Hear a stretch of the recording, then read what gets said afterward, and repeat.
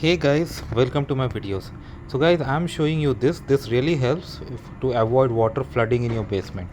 So guys, what happens is this is like a egress window with this windows well. So if you don't clean it properly or with time, lot of leaves debris get accumulated here, right? And over time what happens is if there's a heavy raining, intense raining, water seeps through.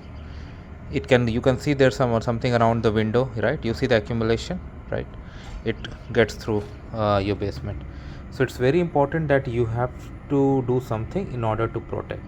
So I have got this custom windows well installation. First of all, it's absolutely legal because it's fire compliant. If this is the escape route, if they want to come out, they can simply pull it up. It pulls up, right? Okay.